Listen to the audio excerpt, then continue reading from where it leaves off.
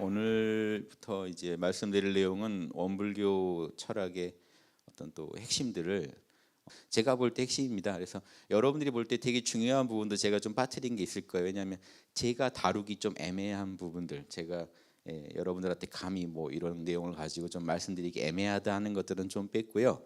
제가 그동안 24강을 통해 동서양 철학의 핵심을 한번 원불교 입장과 이렇게 가미해가지고 말씀을 드렸어요.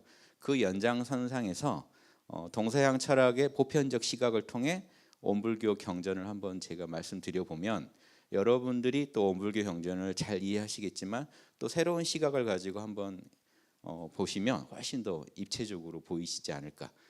원래 이 본인의 위치도 또 객관적 시각을 또 들어보면요 훨씬 정확히 보입니다. 그래서 여러분들이 이제 늘 읽으시는 그 경전을 제가 좀 더 다른 시각에서 한번 말씀드려 볼 테니 여러분이 좀 참고해서 자명한 것만 취해서 쓰시면 좋겠습니다. 그래서 이번 원불교 경전 강의만큼은 여러분들이 익히 아시는 거를 제가 다시 이렇게 말씀드려 보는 내용이니까 좀 더 친절하게 하나하나 살펴보는 시간을 갖고자 합니다. 물질이 개벽되니 정신을 개벽하자. 이게 이제 경전의 아주 큰 어떤 모토고 표어인데, 이 가르침이 지금 이 시대에 아주 절실한 가르침이라는 거를 또 누구나 공감하실 것 같아서 앞에 써봤습니다. 그래서 현재 지금 이제 알파고니 뭐니 인공지능까지 치고 나오고 이제 로봇도 산업, 그리고 이제 바이오 산업에서도요 물질 문명이요 인간의 이제 생명까지 직접적으로 다루게 되고 이제 어디까지 지금 발전할지 모릅니다. 이런 내용을 100년 전에 물질이 이제 개벽한다. 개벽이란 게 업그레이드입니다. 스마트폰 업그레이드 하듯이 지구상의 물질이 고만고만하게 왔거든요. 고만고만하게 몇천 년 오던 게 업그레이드 된다. 거기에 맞춰서 정신을 업그레이드 못 시키면 인류는 파국으로 치닫는다. 이런 절박한 어떤 그런 이 세상에 대한 어떤 걱정에서 이런 큰 가르침이 나오셨다고 보고, 소태산 대종사께서 100년 전에 느끼셨던 이 세계에 대한 어떤 이걸 동양에서는 우한 의식이라고 합니다. 성인들이 갖는 세상에 대한 근심, 이런 우한의 마음.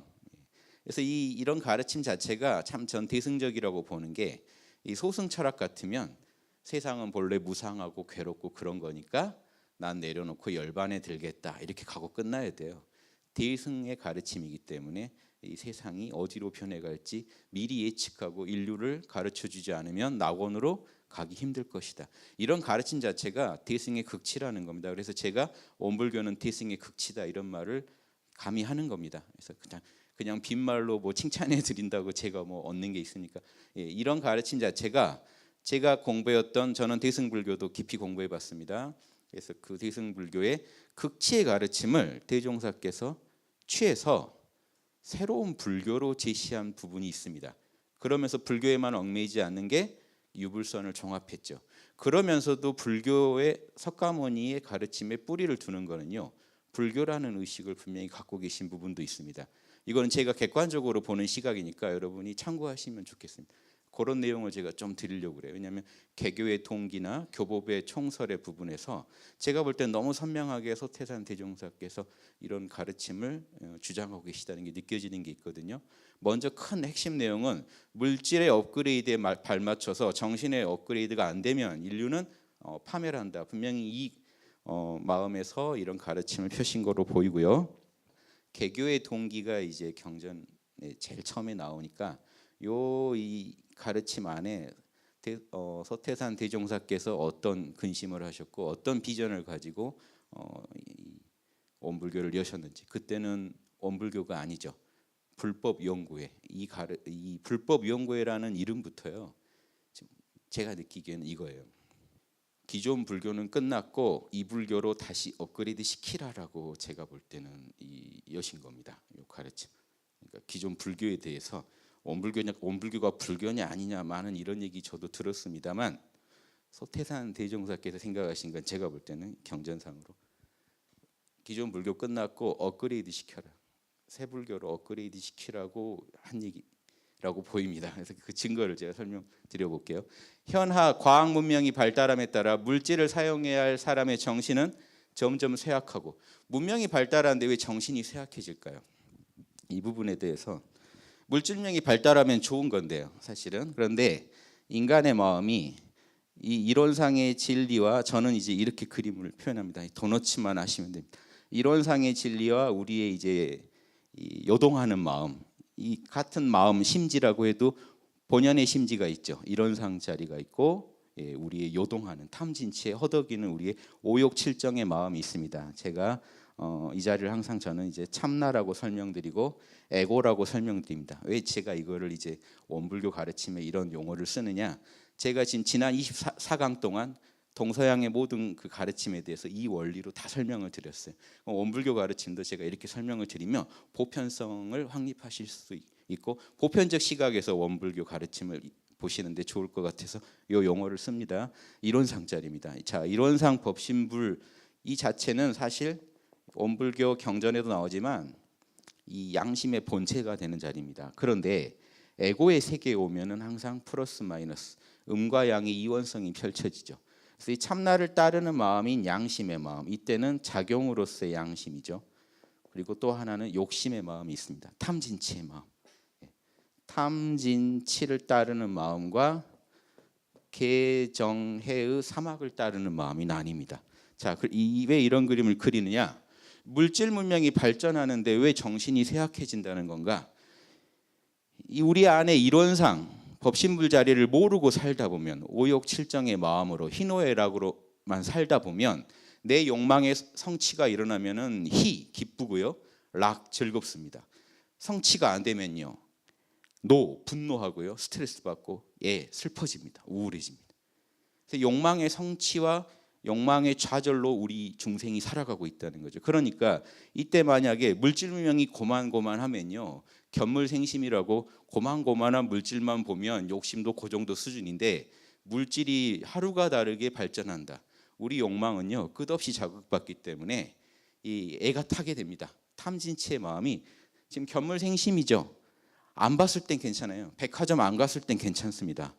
가서 물건을 본 순간부터 나는 이제 우주의 변두리로 떨어집니다. 우주의 중심에 살다가 아무 걱정 없을 때 우리는 이론상 근처에서 살아요. 사실 본인도 모르게 큰 근심 없을 때가 이론상과 가까이 있을 때입니다. 사실 그게 뭐라고 하지만 나락으로 떨어져 보면 알죠. 멀어질수록 우리는 춥고 배고프고 외로워집니다. 이 탐진치에 빠질수록 우리는 가난해집니다. 그래서 우리가 만나는 음식이건 탐나는 럭셔리한 물건이건 보는 순간 우리는 사실은 우주의 변방으로 떨어져 버려요. 왜냐? 지독히 가난하고 외롭고 쓸쓸한 사람이다. 왜? 그게 없으니까. 그 물건이 없는 한 나는 계속해서 이 지옥고를 헤매야 됩니다. 언제 끝날까요? 그 물건 샀을 때 끝나. 살 때 잠깐 만족이 올 때 우리는 이론상 근처에 또 자리 잡습니다. 잠깐 불행이 뭔지 고통이 뭔지 탐욕이 뭔지 모르고 잠깐 지내다가 다시 또 내 마음에서 사람이 못된 게 기억해요. 아까 그 물건을 구했을 때 정말 행복했는데 또 그 기쁨을 맛보고 싶어합니다. 중독돼 있는 거죠. 탐진치에 중독돼 있습니다. 사실 에고는 또 그 탐욕을 얻기 위해서 많은 고통을 겪어야 됨에도 불구하고 그 얻었을 때의 쾌락 때문에 또 도박판에 뛰어가듯이 우리는 또 밖의 대상을 향해 뛰어갑니다. 자, 이런 마음의 구조를 전제할 때 물질 문명이 날로 지금 발달한다는 것은 인간한테는 지금 아주 심각한 위험 상황입니다. 탐진치가 끝없이 자극받는다는 거죠. 어리석음 때문에 물질을 향해 치닫게 되고, 이론상을 모르는 게 어리석음입니다. 그 어리석음 때문에 바깥의 물건을 나랑 별개의 물건으로 알고 그 물건을 얻어야 내가 완성될 거란 착각에 빠지면서 그 어리석음이 우리를 밖으로 내몹니다. 그게 없는 동안 나는 사는 게 아니다. 이론상 자리 안에서 바로 만족을 하면 되는데 그 길을 모르니까 밖으로 그 물건을 사야, 술을 한잔 해야, 이성이랑 놀아야만 나는 행복해질 수 있다. 다시 이 상태, 이 정신 상태에서 볼 때 물질 세력이 날로 융성해진다는 건 상당히 위험한 상황이죠.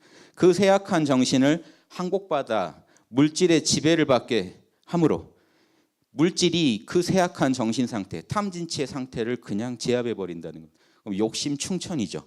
그런데 이제 이 동양 고전에요, 이 서경에 이렇게 나옵니다. 인간의 욕심은 위태하고, 즉 악이라고는 안 해요. 위태하고 양심은 미약하니 우리 마음에서 세력이 미약하니 항상 양심을 정순하게 정밀하게 파고 한결같이 밀고 나가면 중심을 잡을 수 있다. 이게 조선 선비들이 500년간 제일 열심히 외운 도학의 16자 요결이라는 내용이 이겁니다. 인심유의, 사람 마음 위태위태하고 도심유미, 도심은 미약하니 유정유일, 항상 정밀하고 항상 한결같이 연구해서 윤직골중, 중심을 잡아야 된다. 지난번에 그 TV 보니까 김대중 전 대통령 돌아가셨을 때 그 자택 처음으로 공개되는데 침대 앞에 윤직골중, 그 서경의 마지막 구절, 그래야 진실로 중심을 잡을 수 있다. 요게 딱 써 있더라고요. 그래서 이게 지금까지도 이어오는 가르침입니다. 그런데 그 핵심이 욕심과 양심에 대한 얘기입니다. 그래서 욕심을 위태롭게 두면 문제는 욕심 자체는 악이 아닌데, 희노애락 자체는 악이 아닌데 곧장 악으로 치닫기 쉽다는 거예요. 즉 악으로 치닫는다는 선이 언제냐면요, 거칠게 비교하면 50% 선입니다. 양심이 50% 이상이다. 여러분, 이 욕심이 큰 죄를 못 짓습니다. 욕심이 50% 이상이다. 이제 욕심 뗀 거죠. 뭐든지 할 수 있습니다. 이게 선악 갈리는 순간이에요. 선악 갈리는 순간이에요. 그러면 지금 이 물질의 지배를 받는다는 걸로, 그걸로 왜 우리가 힘드냐? 욕심이 50% 이상 되는 순간 이제 양심이 불편해집니다. 이런 마음이 드실 거예요. 양심이 없었으면 좋겠다. 남의 뒤통수 치고 막 집어먹고 싶은데, 물질 다 갖고 싶은데 양심 때문에 지금 걸리거든요. 양심이 불편해지는 존재가 되는 순간까지 가면 이제 악으로 흐른 거죠. 자, 그래서 물질의 노예 생활을 면하지 못하게 되니 그 삶에 어찌 파란 고에 고통의 바다, 파도치는 고통의 바다가 어찌 없으리요. 왜 고통이 시작될까요? 욕구 불만 때문에요. 욕구가 좌절되니까 고통이죠. 고통은 욕구가 좌절되는 겁니다. 그래서 욕구가 이루어질 리가 없다는 겁니다. 왜냐? 어리석음에서 시작한 욕구였기 때문에. 그 물건을 내가 구한다고 해서 내가 이런 상 안에서 느끼는 그 행복과 평온을 누릴 수는 없잖아요. 일시적인 마약 같은 만족만 주고 그 뒤에 더 큰 공허감을 주기 때문에 우리는 또 물질로 뛰쳐나가야 되는데, 늘 보고 자란 게 논밭을 보고 늘 산을 보고 사신분하고, 하루가 다르게 옆 친구가 스마트폰이 이게 몇 년마다 예전에는 몇 년마다 바뀌었는데 요즘은 신상품 나오면 바뀝니다. 어떻게든 그거 사서 나를 돋보이게 하는 게 지금 아주 혈안이 돼 있는 그런 사회죠. 자, 그런 사회를 예측하셨다. 100년 전에 농사 짓고 살던 시대에 물질명이 치고 나오는 걸 보고 이 기세로 치고 나가면 물질명이 앞으로 정신을 압도해서 우리가 고해에 빠지리라, 이거를 예측하셨다는 게요. 어떻게 예측하실 수 있었냐면 이분의 가르침을 다 종합해 본 결과입니다. 일원상 자리와 이 그림을 하나 기억해 두시면 좋겠습니다. 이 안에도 사실은 이게 있어요. 그래서 일원상만 아시면 안 되는 게요, 법신불 일원상 안에서 경전을 통해 관통해 보면요, 소태산 대종사께서 항상 이 태극을 보고 계십니다. 태극이 음양의 승강이에요. 여기 안에 보세요. 이걸 4개로 나누면요, 봄 기운, 여름 기운, 나중에 제 자세히 말씀드릴 겁니다만 가을 기운, 겨울 기운이 있습니다. 중간 기운, 춘하 추동이 있어요. 이제 자라기 시작하는데, 한참 자랐을 때, 쪼그라들기 시작할 때, 한참 쪼그라들었을 때, 이게 답니다. 이런 상 안에 이 진리가 있기 때문에 진공묘유라고 하는 겁니다. 텅 빈 게 아니라 텅 빈 중에 태극이 들어있습니다. 태극을 8개로 쪼개면 지금 원불교에서 중시하는 8개가 나옵니다. 이 에너지들을 그림으로 그려놓으면 8개예요. 그 에너지 특징들, 그것도 제가 설명드릴게요. 아무튼 8개니 음양 오행이니가 이미 이 안에 다 들어있다. 이런 상 안에. 그래서 진공 중에 묘유가 있는 거고, 공, 텅 빈 중에 원만한 진리가 있어서 발을정, 현실에서도 음과 양이 바르게 펼쳐지는, 요걸 통으로 보고 계셨다는 거예요. 그래서 그렇게 깨치셨을 때 불생불멸의 도와 인과 보응의 이치라는 게, 인과 보응은 구체적으로 이쪽은 선변이죠. 이게 음과 양이 다 조화를 이뤄서 도인데, 음과 양을 선과 악으로도 볼 수 있습니다. 정신과 물질로도 볼 수 있어요. 물질명이 치고 나가면 이때 싹을 보신 거죠. 이때 한 점을 보신 거죠. 이제 치고 나가면 점점 발전할 것이다. 정신을 핍박할 것이다. 그때 정신문명의 싹을 내서 요거를 정신문명으로 제압해야 된다. 이 원리를 소태산 대종사께서는 죽을 때까지 그 얘기만 하십니다. 돌아가실 때까지 그 얘기만 하세요. 보신 진리가 이거예요. 이걸 명확히 아시면 좋겠다. 왜 그러냐? 그래서 악도 점점 커지고 선이 점점 커져서 인과 보응의 이치라는 게 다른 게 아니라 음양의 이치입니다.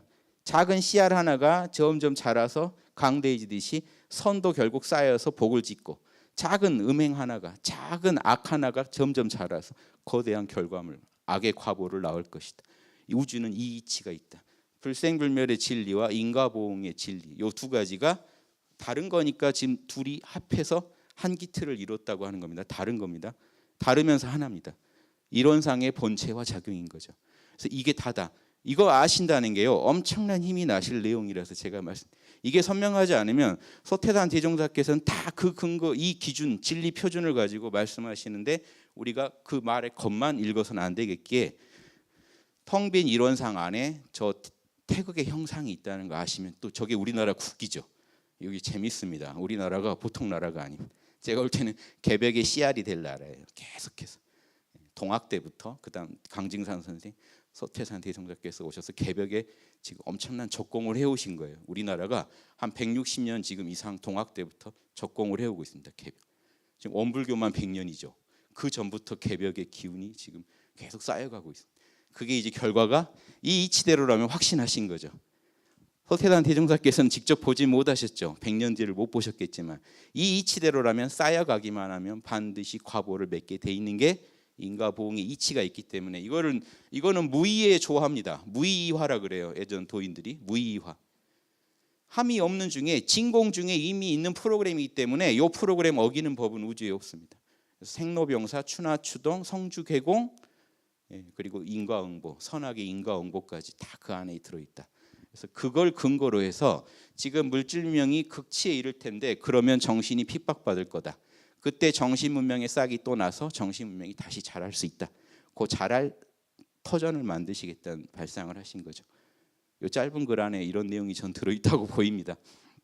그러므로 결론이 진리적 종교신앙과 신앙은 신학인데 진리적 종교신앙이 맹신이 아니라는 거죠. 진리에 기반한. 지금부터 제 강의에서 아무튼 서태산 대종사께서 말씀하신 진리 그러면 이겁니다. 인과보응의 원리, 불생불멸의 원리, 영원한 원리이면서 우주를 이렇게 진행하고 돌리고 계시는. 그래서 이 내용이 선명해야 우리가 선악관도 선명해지고 모든 게 선명해지기 때문에 진리적 신앙이라는 게 분명히 이론상을 믿지만 이론상 안에서 이 진리를 볼 수 있어야 된다는 게 제 생각입니다. 그래서 진리적 신앙.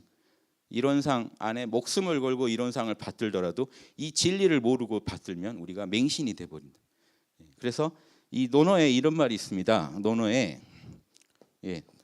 잘 아시겠지만 독신, 독실히 신앙하라, 독실히 믿어라. 그런데요 반드시 조건이 있습니다. 호학, 배우는 걸 좋아하라.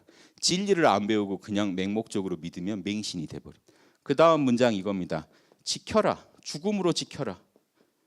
그런데 선도, 도를 잘해야 된다. 진리를 잘 지켜야지 아무거나 지키지 마라. 우리 교주님하고 목숨을 걸고 지킬 신도분들 어느 종교마다 많이 있을 겁니다. 진리를 지켜야 된다. 사람을 지키면 안 되고. 독실히 믿되 반드시 배움을 좋아해서 의심을 풀어야 돼요. 자명한 진리가 아니면 우리가 믿는다고 하는 게 확신이 아니라요. 자명한 진리는요 절로 믿겨요. 내일 아침에 제가 장담하건대 저는 그렇게 믿고 있습니다. 태양이 동쪽에서 뜰 겁니다. 아무도 의심 안 하시죠. 그런데 저는 외계인이 있다고 믿습니다. 이 믿음은요 아침 저녁으로 저도 헷갈려요. 저녁 가면 또 없는 것 같아요. 내일 아침 되면 또 있는 것 같아요. 이런 불안한 믿음에 확인할 길이 없으니까요. 제가 배워서 해결할 길이 없으니까 문제입니다. 그런데 계정의 사막만 닦으면 이 학에다 계정의 사막을 넣어보세요. 인간이 닦아야 할 최고의 학문인 계정의 사막만 넣어버리면 이론상에 대해서 우리는 선명히 알 수 있다는 그런 신앙이 아니면 안 된다. 그렇지 않은 신앙은 이미 많아요. 그런 신앙이 아니면 절대로 이 정신개벽 못 도와준다. 또 하나 사실적 도덕훈련. 사실이라는 게 실제 일로 입증할 수 있는 거란 얘기죠. 현실로 입증할 수 있는 일상의 일에서 실질을 적인 어떤 내용을 드러낼 수 있는 그런 도덕훈련이 아니면 안 된다. 그런데 재밌는 게 이론상 진리가 지금 최고의 진리죠. 이론상 진리대로 신앙하자는 거고 이론상 진리를 알고 신앙합시다. 또 하나는요. 이론상 진리가요. 한문으로 하면 도예요. 덕은요. 그 도대로 실제로 걸어서 실적을 낸 겁니다. 은덕을 현실에서 베푼 겁니다. 저 말을 다시 풀어보면요, 이론상 진리를 정확히 알고 신앙하고 확신 속에서 신앙하고 이론상 진리대로 일상에서 개정회를 실천하는 게 사실적 도덕 훈련입니다. 도를 덕으로 표현해야 돼요. 도만 있어서는 덕이 없다. 진리는 있는데 아무도 그 길을 안 걷는다는 얘기입니다. 진리는 맞는데 아무도 개정회를 안 하면요, 개정해야 인간이 구원받을 수 있다는 진리가 우주에 선명하죠. 선명해도 인간한테는 의미가 없습니다. 그 길은 없는 거랑 똑같아요. 왜냐? 그 길로 아무도 안 다니니까. 덕이라는 건 그 길로 다니는 겁니다. 실제로 사람들이 마음을 내서 생각으로 말로 행동으로 개정회를 하고 또 하고 정신을 수양하고 사리를 연구하고 선을 실제로 하고 악을 멈추고 이 작업이 구체적으로 안 일어나면 덕이 없는 겁니다. 사실적 도덕 훈련에서 사실이란 말이 안 붙어도 도덕이란 말 안에 이미 다 들어있습니다. 진리가 반드시 현실에서 입증돼야 된다. 그리고 진리를 신앙해야 된다. 자, 이 방법만이 정신 세력을 확장시킬 수 있고 물질 세력을 항복받아서 물질 문명이 날로 발달되는 이걸 멈추자는 얘기가 아니죠. 물질 세력의 항복이라는 건요, 물질로 인해서 우리 욕심이 50% 이상 넘어가는 거를 막는 거를 지금 물질 세력을 막는 겁니다. 그러니까 알파고가 막 등장하는 게 여러분 겁나는 게 아니고 그럼 물질 세력을 막아야 되니까 알파고를 막아야겠다, 그게 아니고 알파고 때문에 흔들리는 여러분의 마음을 개정회로 통제할 수 있으면 물질 세력으로 항복을 받은 겁니다. 그렇게 해서 파란 고해의 일체 생명을 광대무량한 낙원으로 인도하고자 합니다. 그 낙원은요, 물질 문명도 개벽돼 있고 정신 문명도 개벽돼 있는 곳이지 정신만 개벽돼 있는 곳이 아닙니다. 왜 이런 정신 개벽이 강조가 되냐? 저는 역사적으로 한번 보실 필요가 있는 게요, 물질 문명이 고만고만했습니다. 몇천 년간. 그때 나온 성인들은 저렇게까지 얘기를 못했어요. 왜 그랬을까요? 물질 문명이 개발되지 않으면요, 전 인류가 이런 정신 문명을 공부하기 힘들어요. 현실적으로. 지금 물질 문명이 발달했기 때문에 우리가 모여서 이렇게 도를 이기할 수가 있어요. 예전에 먹고 살기 힘든데 어떻게 물질 문명이 안 도와주는데 어떻게 도를 이기합니까? 전 인류가. 지금 전 인류가 도를 이기할 수 있는 때가 왔다는 거죠. 유튜브만 켜면 도가요, 전 세계가 지금 동시에 도에 접속해서 도를 들을 수 있는 시대입니다. 스마트폰, 저는 이 인터넷 유튜브가요, 물질 문명의 어떤 개벽의 아주 핵심이라고 봅니다. 예전에요, 불교 미륵경에 이게 있었어요. 미륵께서 오셔서 미륵불이 한 번 설법하면 뭐 3억이 한 번에 아라한이 되고 그게 가능한가 했는데 요즘 유튜브나 스마트폰 보면요, 여러분 내일 7시에 전 세계적으로 동시에 스마트폰 접속하세요. 미륵불 설법이 있으십니다. 그랬을 때 미륵불이 탁 했을 때 전 세계 몇 억도 깨어날 수 있는 시대가 됐죠. 가능해졌다는 겁니다. 그걸 생각해 보면요, 그 전에는요, 사람이 그걸 대신했어요. 물질을. 사람이 해방되지 못한 겁니다. 즉 밥통 대신에 누가 있었어요? 밥 짓는 노비가 있었어요. 전등 대신에 불 켜는 노비가 있었습니다. 예전에는 다 노비들이 해결했던 문제를 지금 인간이, 즉 물질 대신에 복무했었는데 물질명이 발달되면서 인간이 자유가 왔어요. 이제 자유가 왔는데 문제입니다. 그게 실험 문제로도 이어지고 뭘 해야 될지 모르겠는 거죠. 자유는 왔는데 뭘 해야 되지? 그때 정신 문명이 만약에 발전돼 있지 않으면 그 인류는 어떻게 살 것인가? 그 부분에 대해서까지 답이 있다고 저는 보기 때문에 이 가르침이 위대한 가르침으로 보이고 짧은 개교의 동기지만 이 안에 어떤 핵심이 다 들어있다고 봅니다. 자, 이거는 이제 물질이 개벽하니 정신을 개벽하자는 내용이고, 아까 제가 말씀드렸던 불교에 대한 원불교 입장은 어떻게 보면 좋겠는가?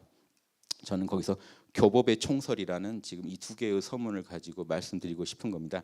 두 번째, 이 교법의 총설은요, 앞부분이 좀 길어서 뺐는데 불교로 시작합니다. 불교는 무상대도이다. 그런데 수많은 방편법이 전하다 보니까 지금 다 분파가 되고 방편이 펼친 게 너무 오래되다 보니까 정법을 알기 힘들어졌다. 석가모니의 그런 대승적 가르침이 온전히 펴지지 않고 있다. 자, 그래서 과거의 불교는 구체적으로 과거 불교의 행태를 비판합니다.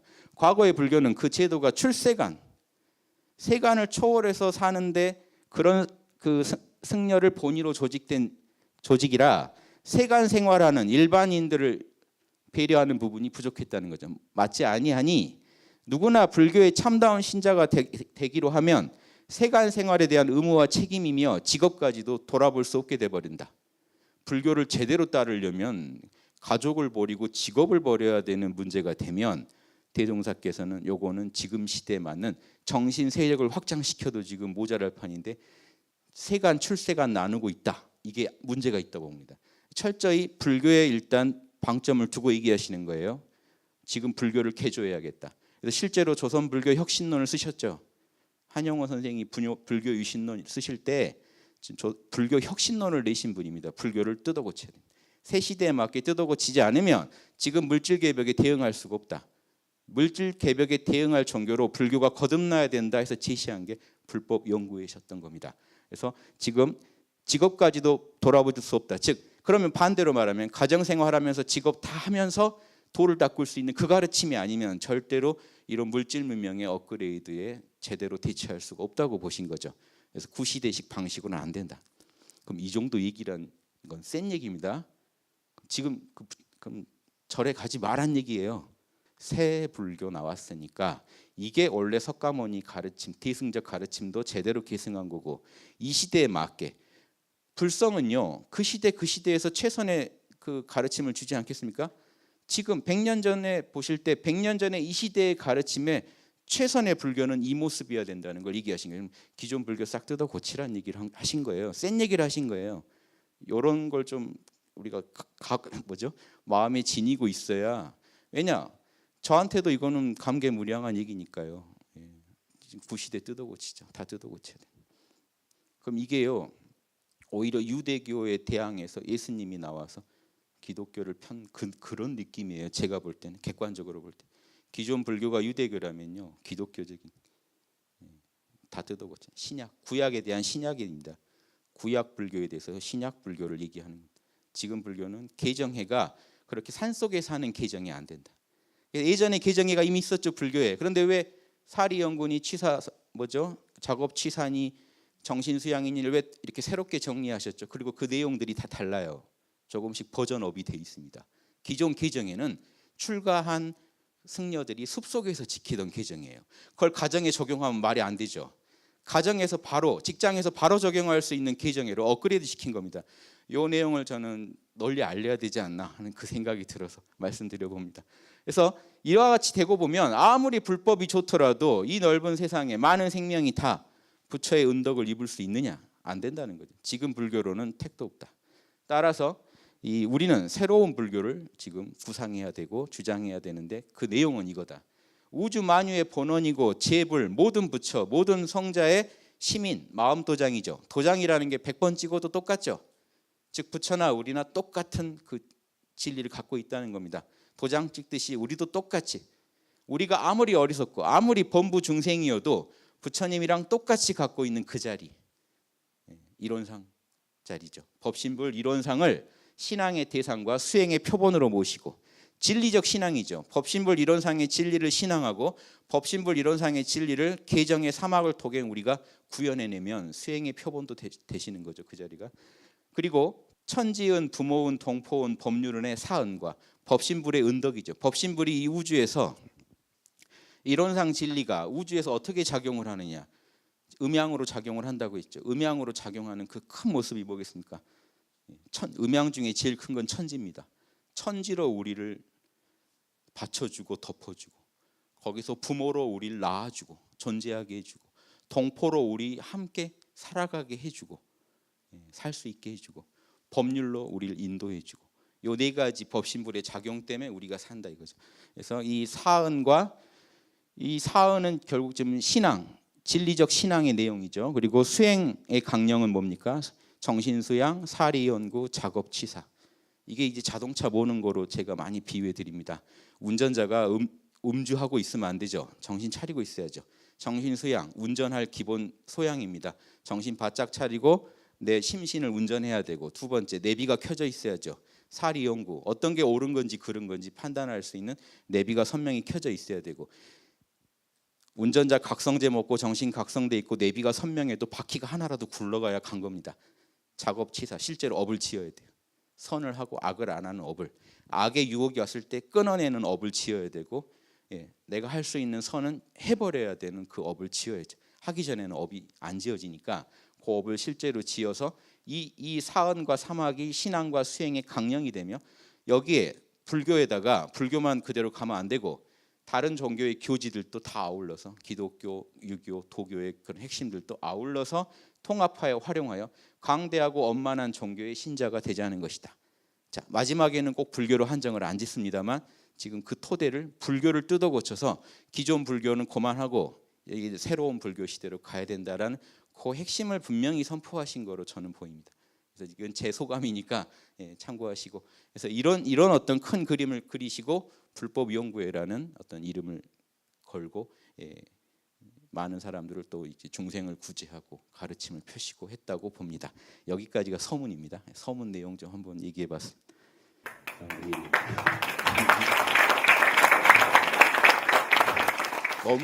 너무 재밌어서 합니다. 저는 이 진리를 들으면 재밌잖아요. 저는 희열이 나서 또 저도 흥분할 수 있으니까 가만히 주시고, 이게 재밌어서 저도 진리는 우리 안에, 저는 양심이라고 부릅니다만 이론상 법신불이 우리 안에 다 있기 때문에, 그 진리가 이미 우리 안에 있기 때문에 진리를 들으면 우리 안에서 들썩하게 돼 있죠. 뭔가 신바람이 나고 신명이 나게 돼 있죠. 동양의 신명이 하느님입니다. 신명이라는 존재가 하느님이에요. 신명이 난다는 건요, 내 안에서 하느님이 들썩한다는 겁니다. 자명한 얘기 듣고 진리에 맞는 얘기 들으면 신명이 나야 맞죠. 신바람이 나야 맞고, 신명나는 어떤 가르침이라고 제가 생각해서 말씀드리는 거고, 저도 같이 신명이 나니까 좀 흥분해서 말씀드리니까 가만히 주시고요. 이론상의 진리로 한번 들어가 보겠습니다. 그래서 이론상의 진리, 그래서 제일 먼저 지금 이론상 얘기를 이제 한참 해주시죠. 이론상 다음에 이제 사은, 이제 사막, 팔조 이렇게 나가니까 이론상 얘기부터 모든 신앙과 수행의 표본이 되는 자리니까요. 이론은 우주 만유의 본원이며 우주 만유가 다 거기서 나왔다. 이거를요, 내 마음과 별개로 우주 만유가 이론상에서 나오는 걸 상상하셔도 그것도 방편으로는 도움이 됩니다만, 진짜로 이론상 자리에서 우주 만유를 보실 때 우주 만유가 어떻게 이론상에서 나왔는지를 아실 수 있죠. 제가 그걸 좀 도와드릴게요. 여러분 마음 안에 있는 이론상 자리를 자각하시지 않으면 요 얘기들이 그냥 나랑 관계없는 어떤 제품의 설명서예요. 여러분은 스마트폰이 없는데 스마트폰 매뉴얼을 구했어요. 이렇게 쓰는구나. 아무 감흥이 없죠. 스마트폰 한 손에 들고 눌러보면서 매뉴얼을 보면 재밌습니다. 하면 바로바로 되니까. 그래서 지금 원불교에서 개정의 사막을 수행해서 이론상 자리를 체득하시고 또 여러분 삶의 지표로 삼으시겠지만, 제가 이제 좀 더 도와드리면 제가 제일 쉽게 이 이론상을 체득하는 요 내용 그대로 하는 겁니다. 언어 명상이 단박에 공해버린 자리, 그러면 지금 우리가 언어 명상만 지금 단박에 내려놓으면 되거든요. 저대로 할 때 제가 도와드리는 팁이, 여러분 이름만 모르시면 됩니다. 이름에 모든 게 걸려 있어요. 언어 명상에서 저 이름 명자, 저 명인 꼭 내 이름만 얘기한 게 아니지만 내 이름에 모든 게 걸려 있습니다. 왜냐하면 내가 있어서 만물이 있거든요. 내가 있으니까 남도 있고 뭐도 있고 내 눈에 들어온 거, 내 마음에 들어온 것들 가지고 우리 이름을 세고 있으니까 나라는 놈을 한번 잊어보자 이겁니다. 제가 성함 여쭤보면 모른다라고 딱 잡아떼 보세요. 성함 어떻게 되십니까? 모르죠. 성함 어떻게 되십니까? 모르시죠. 이름도 모릅니다. 이름도 모르는데 걱정이 있으세요? 자식도 모르겠죠. 있는지 없는지. 이름도 모르는데 존재만 합니다. 눈 감아보세요. 존재만 합니다. 이름도 모릅니다. 존재하는 자리만 느끼세요. 이름도 모릅니다. 이름을 모르시는데 돈 걱정이 있을 수 있습니까? 승진 걱정이 있을 수 있습니까? 진급 걱정이 있을 수 있습니까? 이름도 모르시는데. 그 자리에는 아무런 부족이 없습니다. 그런데 재밌는 건 그 자리에서 생각이 일어납니다. 그 자리에서 감정이 일어납니다. 그 자리에서 오감이 일어납니다. 생각도 느껴보고 눈도 떠서 보세요. 내가 존재한다는 그 느낌을 잃어버리지 않으시면서 생각도 제 얘기도 듣고 다 하시죠. 자, 우주 만유라는 건요, 보편적 만유도 얘기할 수 있지만 직접적으로 예전 어르신들이 얘기하는 만유는 여러분 마음에 들어와 있는 만유입니다. 왜냐? 우리는 우리 마음에 들어온 것밖에 못 느낍니다. 옆 사람 마음에 지금 뭐가 들어왔는지 우린 모릅니다. 내 마음에 들어와 있는 세상, 내 마음에 들어와 있는 만유를 가지고 얘기합니다. 그러니까 이렇게 얘기할 수 있는 겁니다. 우주 만유의 본원이다. 여러분이 경험하실 수 있는 건 생각, 감정, 오감밖에 없습니다. 보고 듣는 거. 감정, 울고 웃는 거, 생각 이렇게 저렇게 따져보는 거, 그거 다 여러분 마음에서 나온 겁니다. 바깥 세계가 없다는 게 아니라 여러분이 경험하시는 만유는 다 여러분 마음에서 구성된 겁니다. 그러니까 우주 만유의 본원이 이론짜리라는 거고, 그 이론이 공적영지, 방금 여러분이 이름도 모른다 하고 존재하실 때 그 존재 상태를 텅 비어 있는데 알아차리고 있기 때문에 공적영지라고 합니다. 텅 빈데 알아차리고 있습니다. 지금 여러분 마음이 거울이라면 온갖 사물을 거울로 비춰보고 계십니다. 그래서 여러분 마음에 공적영지가 있다는 걸 몰라요. 그런데 어떤 물건도 안 비춰보면요, 언어 명상을 단박에 내려놓고 어떤 물건도 안 비치면 어떻게 될까요? 그 거울이 비추는 능력이 사라질까요? 아니에요. 텅 비어 있고 어떤 사물도 안 비치니까 텅 비었다고 하는데 비추는 힘은 그대로 있습니다. 거울이니까. 그게 영지입니다. 알아차리는 힘은 그대로 있습니다. 텅 빈 중에 알아차린 여러분의 본원을 지금 느끼시나요? 지금도 느끼셔야 돼요. 왜냐, 지금 제 얘기 듣는 그 자리거든요. 그 자리에서 제 얘기를 듣고 계시거든요. 생각을 일으켜서, 감정을 일으켜서, 오감을 일으켜서 제 얘기 듣고 계시지만, 제 얘기 듣고 계시면 그 마음의 제일 본 핵에는 지금 공적영지가 자리하고 있습니다. 그 자리는 한순간도 꺼진 적이 없습니다. 주무시면 주무시는 줄 알고 일어나면 일어난 줄 압니다. 그러니까 주무셔도 여러분 공적영지가 안 자고 있으니까 아무개야 하면 일어납니다. 의식이 다 꺼져 있다가도 일어납니다. 알아차린 자가 있기 때문에. 이거를 삶 속에서 체득하고 항상 공적영지 자리와 함께하는 거, 이게 이제 신앙과 수행의 표본이죠. 그 함께하는 이 삶이 계정의 삶인 거고요. 그래서 지금 이런 얘기하다가 좀 많이 확장됐습니다만, 이런 얘기로 다시 돌아가 보죠. 그 이론상 자리는 우주 만유의 본원이다. 이게 그냥 그러려니 하고 한 얘기가 아니라는 것. 지금 직접 느끼시면서 말하시는 거거든요. 이 자리에서 우주 만유가 나왔다. 지금 내 마음에서 그렇다. 그러니까 재불재성도 그분들 마음에도 이거밖에 없다. 일체 중생의 본성이다. 내 마음만 그런 게 아니라 다 그럴 것이다. 대소유무의 분별이 없다. 그 자리에는 크고 작고 있고 없고의 분별이 있을 수가 없다. 생멸거래, 생겨나고 사라지고 오고 가고 하는 그 거래도 없을 것이다. 이게 대소유무 안에 다 들어갑니다. 왜냐하면 대소유무가 지금, 자, 미리 말씀드리면, 대라는 거는 사리 연구에 나오죠. 이론상이 대다.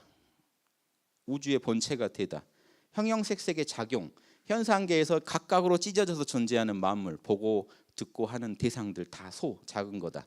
유무는 이렇게 생겨나는 방향으로, 봄에서 여름으로 가는 게 유죠.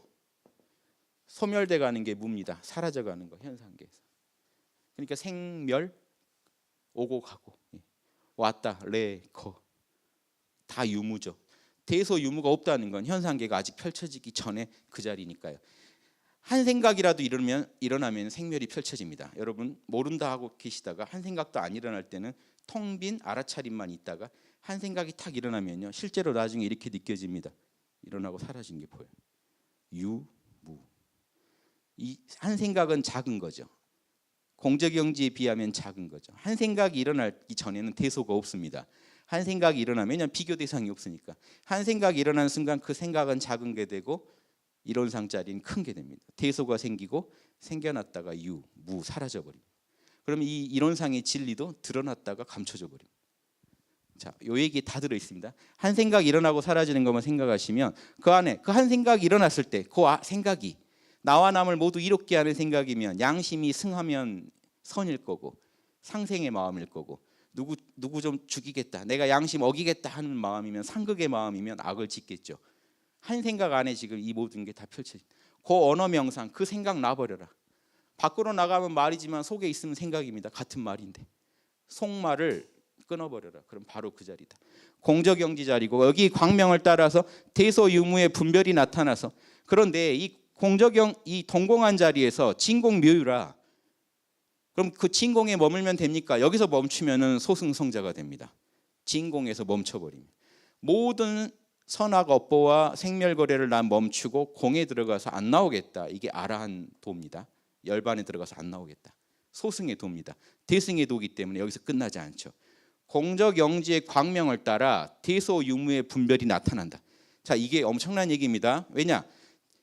이게 지금 새불교의 얘기예요. 뭐냐면 기존 불교 분들은 현상계가 펼쳐지는 것을 무명 때문에 나왔다고 한단 말이에요. 어둠 때문에 펼쳐졌다고. 그런데 진짜 대승정신은 그게 아니거든요. 대승불교 경전에도 그렇게 안 돼 있다고요. 진짜 대승정신은요, 광명한 본체의 작용으로, 성스러운 작용으로 현상계가 펼쳐진 겁니다.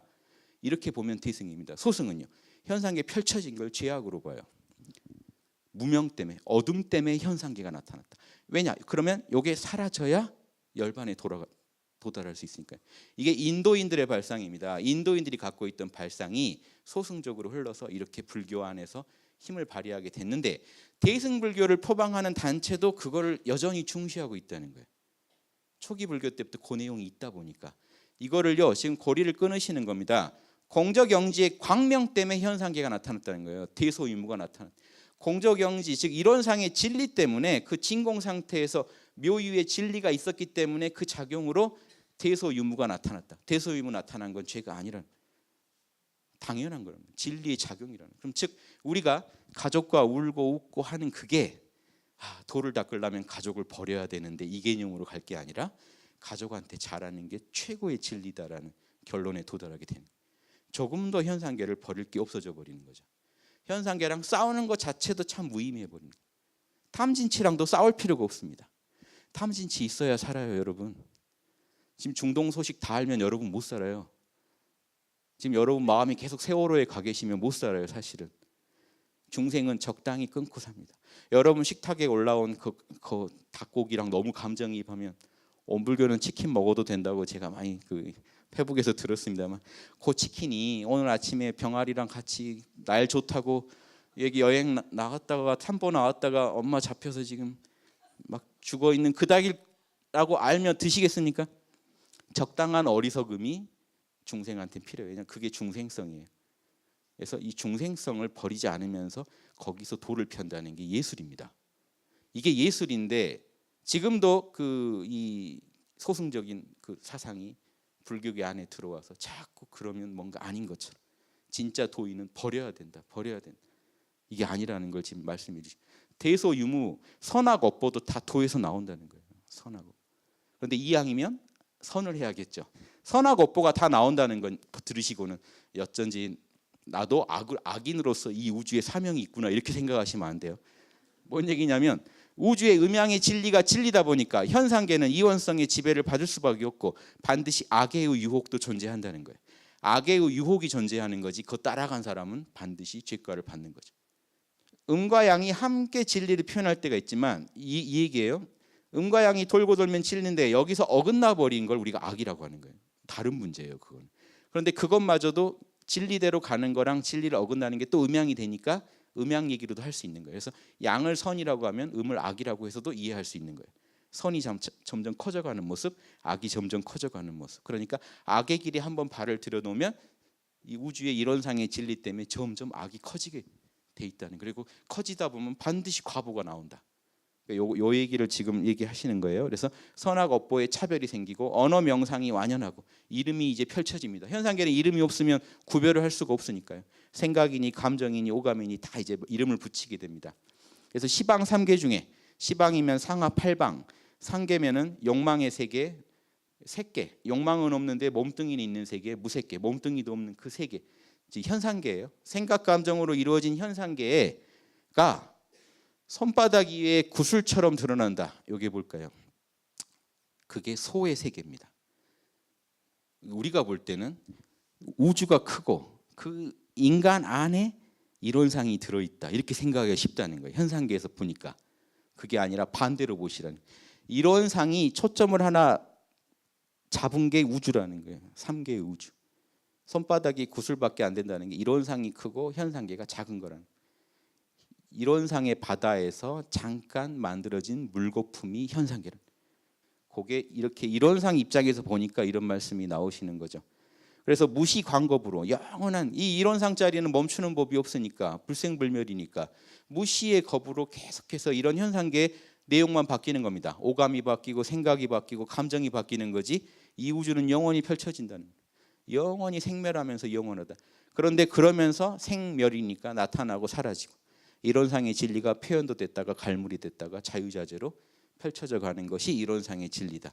그래서 이론상의 진리는 음양에 돌고 도는 그 진리, 이거를 전제하시고 이 얘기를 보셔야 돼요. 그리고 또 하나, 이 불교에서는 법공사상이라고 합니다. 법공. 자, 이론상의 진리는 지금 다른 말로 불교 대승불교에서는 법공이라고 하는 겁니다. 이 대승불교의 법공이란 진리가 위대한데 지금 이 내용을 정확히 이해하시고 지금 새로운 불교를 제시하시는 거예요. 법공. 마음법이 본래 참나의 작용이라는 거예요. 이게 나와버리면요, 기존 불교 이론, 열반에 들자는 이론이 다 날아가 버립니다. 근데 이 얘기를 하면서도 제대로 지금 조직 속에, 가르침 속에 제대로 소화를 못하고 있어요, 기존 불교가. 이게 지금 들어가 버리면요, 승속이 다 날아갑니다. 승속이 의미가 없어요. 참나의 작용이기 때문에 현상계 모두가 나눌 필요도 없고, 모두가 보살이 될 수 있고, 모두가 부처가 될 수 있고, 현상계를 버릴 필요도 없어요. 그래서 부자는 부자대로, 가난한 사람은 가난한 사람대로 모두 보살이 돼서 이 사회의 일원이 돼서 서로 협업할 수 있는 구조로 가요, 이야기가. 그래서 이게 제대로 구현이 안 됩니다. 자, 기존 불교는 아까 서태산 대종사께서 말씀하셨듯이 지금 한국 불교는 대승을 표방해 온 지가 오래됐지만 조직은 지금 출세간 승려 위주의 조직이라는 거죠. 하는 방식은 소승적이라는 겁니다. 주장은 대승인데, 그럼 대승을 온전히 구현한, 세술은 세부대에 담는다고 대승의 이론을 온전히 담는 온전한 그릇을 다시 만들어 보자는 거죠. 그래서 나온 게 저는 불법연구회라고 확신합니다. 그래서 요 가르침을 원불교 분들이 지금 가르쳐 주셔야지, 불교 분들한테 우리가 불교랑 달라, 같아 이런 말 할 때도 아닙니다. 제가 이해되시죠? 지금 이 내용들을 얘기해 주셔야 돼요. 공적영지의 작용으로 이 삼라만상이 펼쳐졌는데 손바닥 구슬처럼 그게 공적영지의 위대한 작용으로 우리가 사는 세계가 펼쳐진 것. 이거를 체험을 가지고 얘기하셔야죠. 정신수양과 사리연구와 이 작업취사의 실천력을 가지고 이 얘기를 하실 수 있는 분들이 지금 원불교에서 배출돼야 할 인재의 상이라고 저는 봅니다.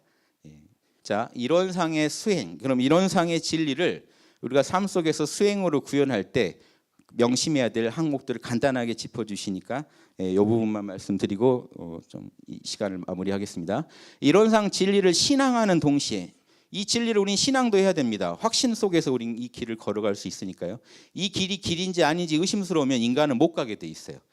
여러분 뇌는요, A일까 B일까 하는 중에는 제일 스트레스 받고 괴롭고 우울하고 눈밑이 퀭해집니다. A일까 B일까 상태에서 못 해요. 이 남자로 할까, 이 남자로 할까.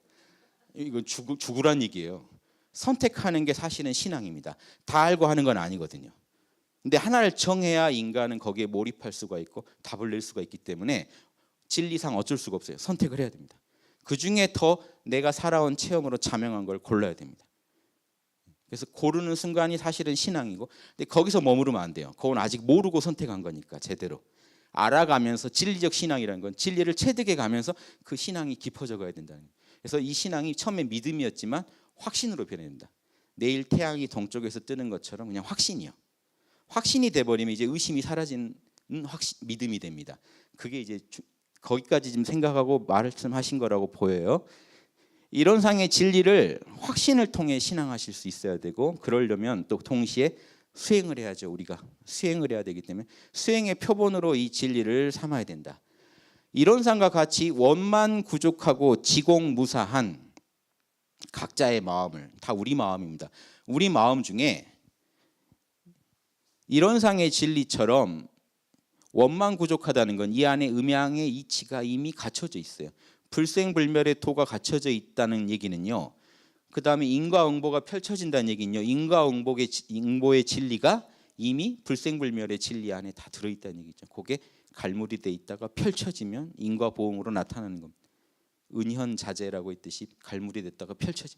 원래 여기 있었기 때문에, 진공 중에 묘유가 있었기 때문에 펼쳐진 거니까 이 이론상 진리 안에 원만구족한 우주를 운영하는 모든 진리가 프로그램이 깔려 있다는 것을 우리가 알아야 되고, 그 원만구족하고 그 안에 개정애가 갖춰져 있고 육바라밀이 갖춰져 있고, 유교식으로 말하면 이니에지가 갖춰져 있습니다.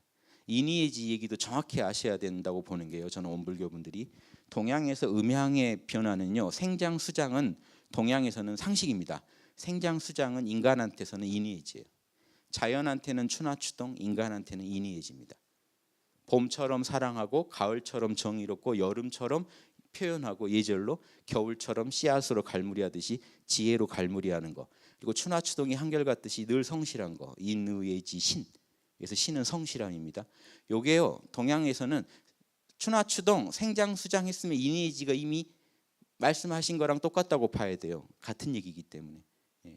그래서 지금 이 이론상 안에 이니에지, 사랑, 정의, 예절, 지혜, 추나추동, 생장수장, 인과 보응의 모든 원리가 다 갖춰져 있으니까 원만 구족이죠. 그리고 지공무사, 그 자리에는요 애고가 없는 자리죠. 이기성이 없는 자리이기 때문에 거기는 지극히 공정하게 진행됩니다. 그래서 이 원만구족하고 지공무사한 이론상의 마음, 즉 공적영지, 텅 빈 알아차림의 마음으로 우리가 살아가야 되니까 일단 그 마음 안에 그런 원만구족과 지공무사가 갖춰져 있다는 것, 그리고 이 자리가 이론상의 진리 자리라는 걸 정확히 아는 게 이제 견성이죠. 알고 그 다음에 그렇게 각자의 마음을 양성, 배양하고 양성이고요. 그리고 실제로 그렇게 각자의 마음을 쓰고 살자는 거, 솔성. 이게 이론상의 수행이다. 견성, 양성, 솔성. 그리고 이 견성은 사리 연구의 지혜와 통하고요. 양성이라는 거는 정신 수양이니까 배양할 양자가 있으니까 마음을 고요하게 기르자는 정신 수양의 과목과 통하고, 솔성은 실제로 쓰자는 거니까 작업 취사. 실제 삶에서 선을 하고 악을 하지 말자는 작업치사랑 통한다고 경전에 다 나와 있죠. 자, 그리고 또 하나 제가 말씀드리면 견성은 원래 불교의 덕목입니다. 그리고 솔성은 유교 중용에 나오는 덕목이에요. 양성은요 유교에서도 얘기하고 도교에서도 얘기합니다. 그런데 지금 유불선을 상징하신 거기 때문에 양성은 도교를 지금 상징한다고 보시면 되겠습니다. 즉 유불선을 지금 합작으로 얘기하신 거예요. 불교처럼 본성을 꿰뚫어보고 도교처럼 본성을 배양하고 유교처럼 본성을 쓰고 삽시다. 그러니까 유교는 정치 경제까지 다 관여하죠. 도 들어간 데는 다 관여합니다. 도교는 청정함 속에서 에너지 수련을 포함해서 어떻게 본성을 양성할 거냐에 관심이 많고, 불교는 본성을 정확히 꿰뚫어 봤느냐, 내 이론상 안에 어떤 진리가 들었는지 정확히 꿰뚫어 봤느냐는 견성을 강조하고, 요거를 이렇게 얘기하셔서 말씀하신 거고, 이 사용하자는 것도요. 솔성은요, 저 따를 솔자가 재밌습니다. 본성을 따르다, 따를 솔자거든요. 따를 솔자로 풀면 양성에 가깝습니다. 본성 따르자는 게 본성 배양하자는 거거든요. 그래서 맹자도 본성을 따르자는 의미로 양성이라는 말을 합니다. 존심 양성해야 된다. 마음을 잘 챙기고 본성을 배양해라, 따르라. 그래서 따를 솔자로만 푸시면 재미가 없고, 즉 본성이 따로 있고 내가 따르고 있는 거잖아요. 이 공부의 단계로 말하면 알았는데 내가 따르고 있는 상황. 근데 이 솔성의 극치는요 단순히 따른다는 게 아닙니다. 거느릴 솔자도 되거든요. 본성을 거느린다는 건 내가 본성과 하나가 돼버린 상태. 그래서 실제로 경전에서 낮은 도인들은 솔성을 따르는 본성이라고 하지만 이제 높아지면은 본성을 거느린다, 이런 얘기 하시는 게 나오는 게 본성과 하나가 돼버린 상태. 그래서 솔성은 거기까지 가야 극치입니다. 본성과 하나 돼서 살아가시는 게 솔성. 양성은 본성을 지금 내 안에서 계속 길러가는 상태, 즉 본성과 나랑은 거리가 좀 있는 거죠. 견성은 지금 다른 조건을 모르겠고 정확히 알아보긴 했다는 거고, 단계로도 얘기할 수 있습니다. 유불선으로 얘기할 땐 단계로 얘기할 필요가 없고, 또 단계로도 얘기할 수 있어야 이 맛을 잘 살려서 활용할 수 있다고 봅니다. 예, 정전의 가르침 중에 핵심을 먼저 이론상 진리까지 한번 살펴봤습니다. 다음 시간에 또 이론상의 진리부터 이어서 다시 살펴보도록 하겠습니다. 예.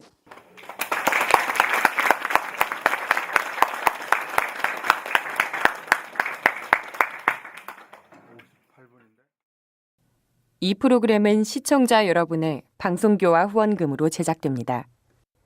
여러분의 소중한 후원이 교화 대불공을 이룹니다.